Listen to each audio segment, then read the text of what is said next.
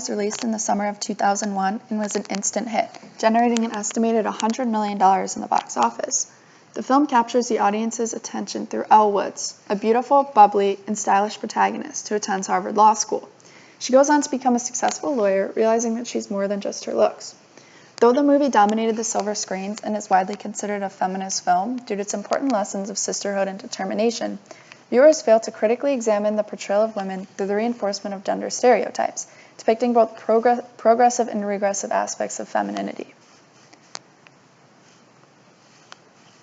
Though the plot changes throughout the duration of the movie, it begins with a very traditional and sexist portrayal of a dumb blonde.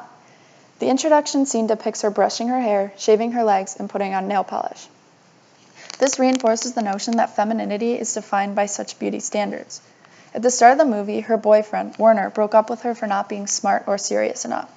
This crushed her dream of being a trophy wife, and upon being broken up with, Elle makes a dramatic scene and even raises the question of if something is wrong with her body. She appears emotionally dependent on her ex. Elle applies to Harvard Law to chase Warren. Her application resume includes extended knowledge regarding women's fashion and cosmetics, fueling the notion that women are materialistic and overspenders. Though she is far from qualified, she's accepted into Harvard because she filmed a revealing application video. Not only does this demonstrate the objectification of women, which appears so often in the media, but furthermore fuels the notion that the locus of power for women is in the body. The portrayal of the protagonist, Ellen Legally Blonde, sends a message to women that they are valuable for their bodies, rather than their brains, and that the objectification of oneself can ensure future success. It also reinforces the belief that skinny, blonde, and unintelligent females fits what is considered conventionally attractive. Lastly, the admissions board, which consisted of a group of white men, demonstrates the power relations between men and women depicted in the film. White men are typically in positions of power, while female characters struggle to prove their worth.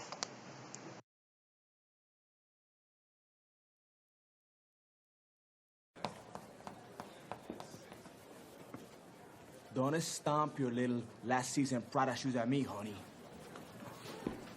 It's our last season.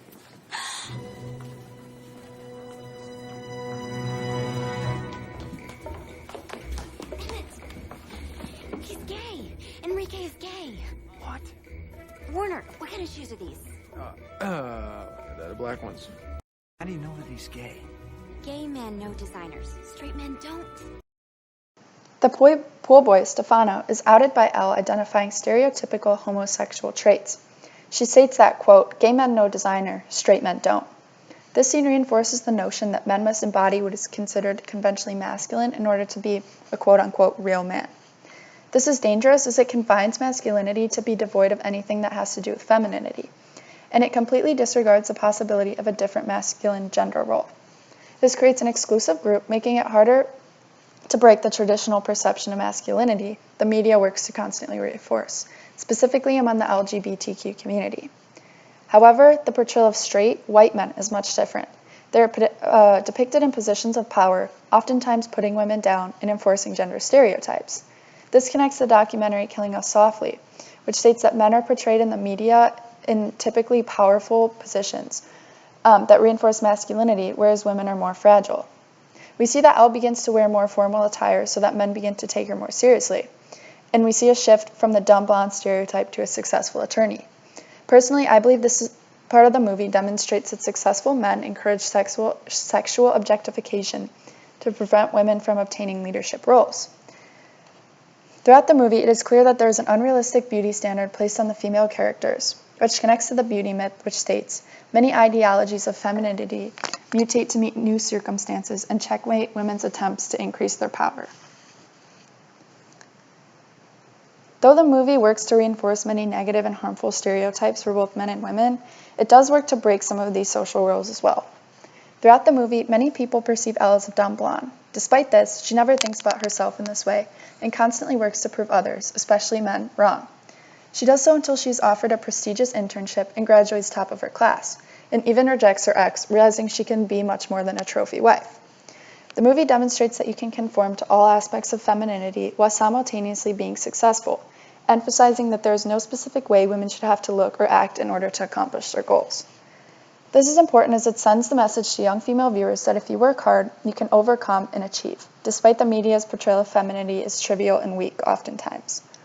It shines light onto issues in contemporary America and how women are not taken seriously in the workplace, especially as attorneys, where the gender gap is much wider in law firms than any other industry. In conclusion, Legally Blonde promotes both regressive and progressive aspects of femininity, though it lacks intersectional feminism and depicts an extremely privileged lifestyle. The average household income in the U.S. is around $63,000, which is close to the cost of 1 year at Harvard. However, the cost of paying the tuition is never even mentioned in the film. Elle goes on to become a successful lawyer, which promotes women empowerment. However, she wins her cases due to knowledge around fashion and the cosmetic industry. Though this can be perceived as a feminist film with an empowered female protagonist, it is important to note that her accomplishments are embedded in sexism and gender stereotypes. It promotes the idea that the majority of women's knowledge directly correlates to their gender and sexuality, and furthermore, that all women share these characteristics. It seems as though it was made intentional that the comedic aspect of the movie is that a woman like Elle could go on to become a successful lawyer. It works to fuel the stereotype of the dumb blonde and portray women as unintelligent. It is vital to understand how these gendered stereotypes in the media influence how we perceive both men and women, and the repercussion it has on society. I'll end with a quote by Postman, which states, "How television stages the world becomes a model for how the world is to be properly staged."